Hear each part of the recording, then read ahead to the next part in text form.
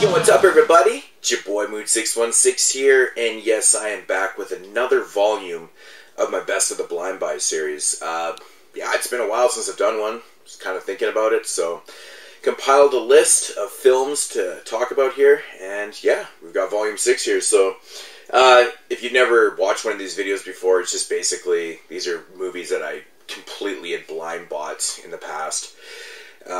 Checked them out and loved them. That's what I'm all about. I love blind buying things, just for that thrill, that real cheap thrill, you know, of just discovering a gem, you know, that you just maybe have heard of but never seen the film. Yeah, and these are prime examples of that. So yeah, getting right into it. First up here is a film from, it says 1986 it came out in.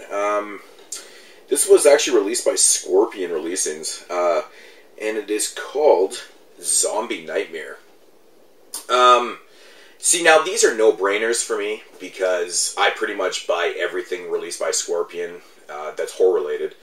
So this was a no-brainer, but I had never even seen this movie before I picked it up. And yeah, it turned out to be fantastic. As you can see, it's got featuring the music of Motorhead, Pantera, Girls' School, and Thor. And on that note of Thor, Thor actually stars in this film with Adam West and Tia Carrere. Who would have figured you got Batman and Tia Carrere in the same film, along with Thor. But yeah, the plot of this one, it's basically about Thor's character. Beginning of the film, he's out at the store, at his local little convenience store, and he basically botches up a attempted robbery. He stops it from happening and whatnot, and so he's kind of the hero. Thor's like a really, really nice guy. He's a really built, nice guy, and stuff like that. And so these crooks don't take very kindly to that, and as he's exiting the store, they basically run him down, literally run him over with a car, and they kill him. So his family doesn't take very you know, they obviously are pretty pissed off about that. And I can't remember if it's his mom or his grandma, but anyways, they perform this like voodoo ceremony in their backyard, and they resurrect Thor from the dead. And basically he comes back and on a rampage, and he starts taking out all these criminals one by one that did him wrong and stuff like that. So it basically kind of turns into like almost like a zombie slasher film. It's really kind of bizarre. Of course, 1986, it's very 80s music, 80s makeup. This movie just screams 80s. It's fantastic. I couldn't recommend it enough, man. If you like cheesy 80s films, this is fantastic. Thor just, he's an interesting actor. He's just perfect for the role. He's just so perfect for the role. I couldn't recommend this movie enough. I've had lots of people ask me about this one in the past, and I always say the same thing, man. If you're a fan of cheesy 80s films, this one is definitely for you. Pick it up. Really good transfer on this by Scorpion, like they always do, and stuff like that. So it's got some pretty cool.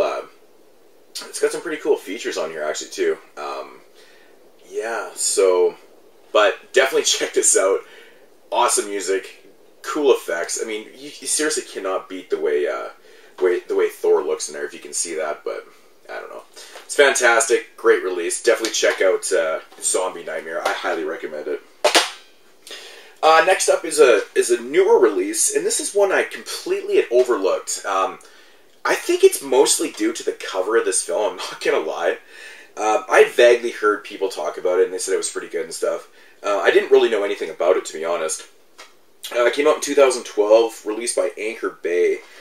And it is called No One Lives, with starring Luke Evans. This is a prime example of a film that I picked up for a couple bucks and just literally blew my fucking socks off. It's basically about a seemingly normal couple that's kind of traveling through America. And one day they are basically attacked and kidnapped by this gang of thugs and these, you know, kind of criminals, basically is what they are. But what these criminals do not realize is who they've actually kidnapped. Luke Evans is not what he appears to be.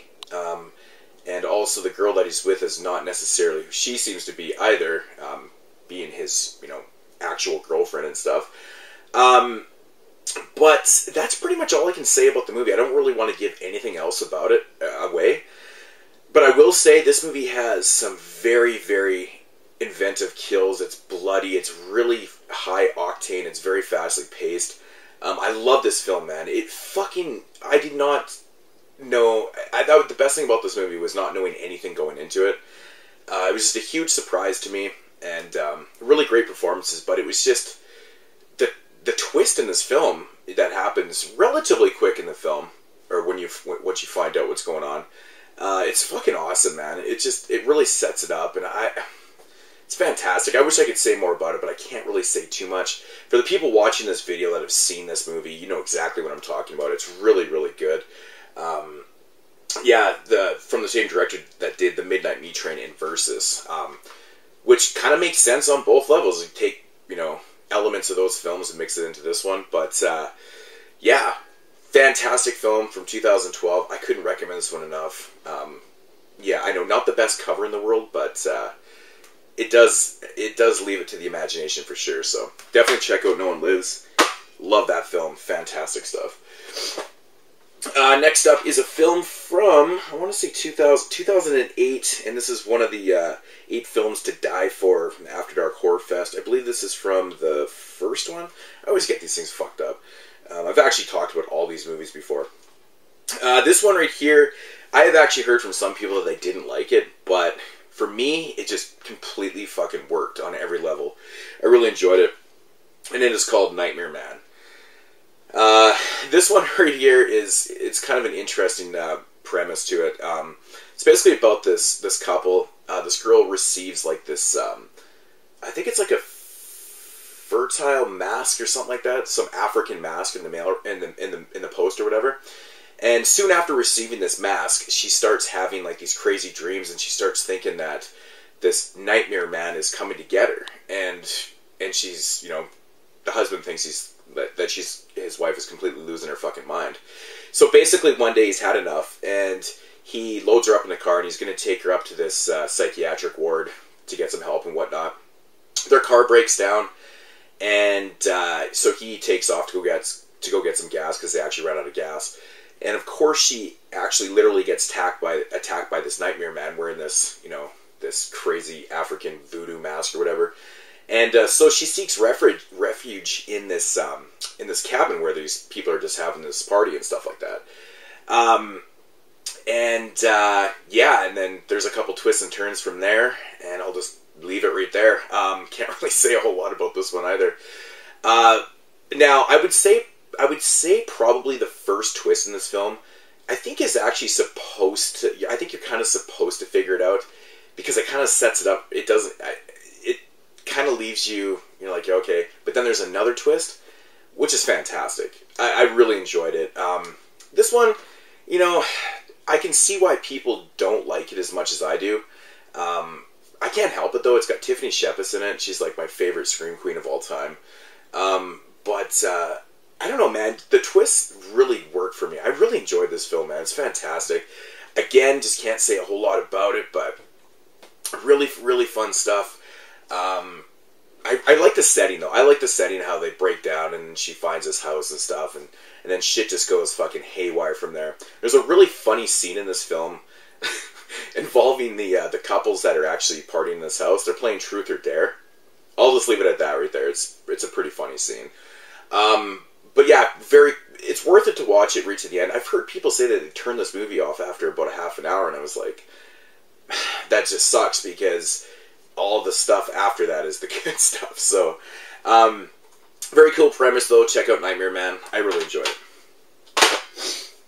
Next up is a film from, man, I don't even know when this one came out. 2002 or 2003. It's quite older. This is part of the Fangoria Gorezone video collection or whatever. And it's called Skin Deep. This one is basically kind of like a Texas Chainsaw Massacre ripoff. Essentially, that's exactly what it is. It's basically about this family in the beginning of the film, consisting of a mom, a dad, and a brother, and a sister named Tina, who essentially turns into your main character in the film. Her family is just like brutally murdered by this fucking crazy deranged family. And so Tina's brother and her parents are killed off. And it's actually kind of funny because they kind of deserved it too. But then Tina's taken hostage, and you got like a bunch of weird ass. This family's fucking crazy, man. So there's a character named Plates in the film, played by Warwick Davis, and he basically literally throws plates. He's a funny ass character. You got the Surgeon General and Mum, and also there's the person called Brain in the film too. The Mum is the normal looking one in the film, but she's like the diabolical kind of, you know, she's the brains behind all this whole operation and stuff. But it's basically a survival film for her. She's trying to get out of this shit. She soon learns that Brain has a soft spot. She kind of befriends him and stuff like that, and she's kind of gets him to help her out and stuff like that. But there's an ulterior motive there to why she has been kept alive by this ragingly fucked up family. The gore in this film is fantastic. It's very, very low budget. It's really low budget, but some of the makeup effects and some of the masks used in this film are fantastic. Really, really fucking cool. That's a prime example. That's a really kick-ass mask right there. I loved it. It's fantastic. This movie's not a great film. Like, it definitely wouldn't win any awards for, you know, outstanding filming. But it works, though. It's fun. It's entertaining throughout. You just kind of really want to see to the end what the hell's going on in this fucking movie. Lots of cool creatures and blood and gore and shit like that. There's some pretty cool screenshots on the back there, but this is one that I put off grabbing for years. I don't know why, and then I finally just picked it up one day, gave it a shot, and really, really enjoyed it. I had actually no idea that Warwick Davis was actually in this film, but his character's so funny. Throwing plates at people. Fuck. Too good. Too good. But yeah, definitely check out Skin Deep. I think this might be out of print. I'm not 100% sure. I think you can still find it for a decent price, though. But yeah, if you can pick it up for a $5 or something, check it out. Skin Deep. Very cool stuff. And I didn't do this purposely, but I just realized this is the third film out of these 5 with Nightmare in the title. Okay, I don't know how the hell that happened. This one's from 1987, also starring Thor. Yeah, released by Synapse Films, and it is called Rock and Roll Nightmare. This one is basically Thor playing himself. The fictional band in the film is called Triton. I'm not sure if it's actually all his real band members from Thor, but you know, Thor's playing the lead singer. It's basically his band. But anyways, the fictional band in this one's called Triton.